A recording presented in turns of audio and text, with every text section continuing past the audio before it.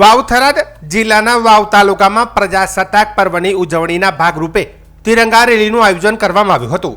વાવ વહીવટી તંત્ર દ્વારા આયોજિત આ રેલી V9 કોલેજથી શરૂ થઈ શહેરના મુખ્ય માર્ગો પરથી પસાર થઈ હતી અને રેલીનું સમાપન મહારાણા પ્રતાપની પ્રતિમાને પુષ્પાંજલિ અર્પણ કરીને કરવામાં આવ્યું હતું। રેલી દરમિયાન દેશભક્તિના નારા અને રાષ્ટ્રગીતના ગુંજારવથી વાતાવરણ દેશપ્રેમ બન્યું હતું।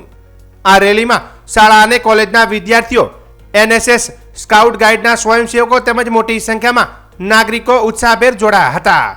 રેલીની સુરક્ષા વ્યવસ્થા માટે વાવ પોલીસ ઇન્સ્પેક્ટર AR ખત્રીના માર્ગદર્શન હેઠળ સમગ્ર પોલીસ સ્ટાફ તૈનાત રહ્યો હતો। પોલીસે રેલી શાંતિપૂર્ણ રીતે સંપન્ન થાય તે સુનિશ્ચિત કરવા માટે તમામ જરૂરી વ્યવસ્થા કરી હતી। આ કાર્યક્રમમાં વાવ મામલતદાર અને તાલુકા આરોગ્ય અધિકારી સહિતના વહીવટી અધિકારીઓ હાજર રહ્યા હતા। સ્થાનિક રાજકીય સામાજિક આગેવાનો જેવા કે કાનજીભાઈ રાજપૂત, ભગવાનભાઈ વ્યાસ, તાલુકા મહામંત્રી ધનજી રબારી, APMCના ચેરમેન નાગજીભાઈ પટેલ, તાલુકા ભાજપ મહામંત્રી વાલાભાઈ પટેલ, મહિલા ભાજપ પ્રમુખ સુરેખાબેન ત્રિવેદી, પૂર્વ જિલ્લા ભાજપ પ્રમુખ ગુમાનસિંહજી ચૌહાણ, ઈશ્વરભાઈ પટેલ, રામસિંહભાઈ રાજપૂત, કેશરકૃપા અને ભરતભાઈ સોઢા પણ રેલીમાં જોડાયા હતા। આ તિરંગા રેલી દ્વારા બંધારણના મૂલ્યો, રાષ્ટ્રીય એકતા અને અખંડિતતાનો સંદેશ આપવામાં આવ્યો હતો।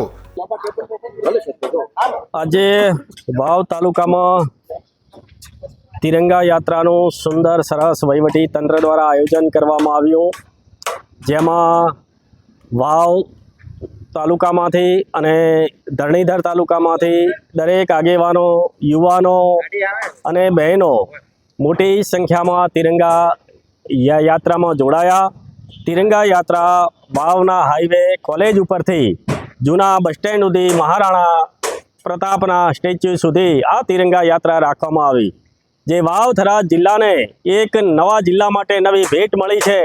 અને એના માટે જ્યારે રાજ્ય કક્ષાનો કાર્યક્રમ થવાનો હોય, માનનીય મુખ્યમંત્રી શ્રી, રાજ્યપાલ શ્રી અને દરેક આગેવાનો આવવાના હોય, ત્યારે અમે વાવ તાલુકામાં પણ આ તિરંગા યાત્રાનું એક સરસ અને સુંદર મજાનું આયોજન કરવામાં આવ્યું હતું।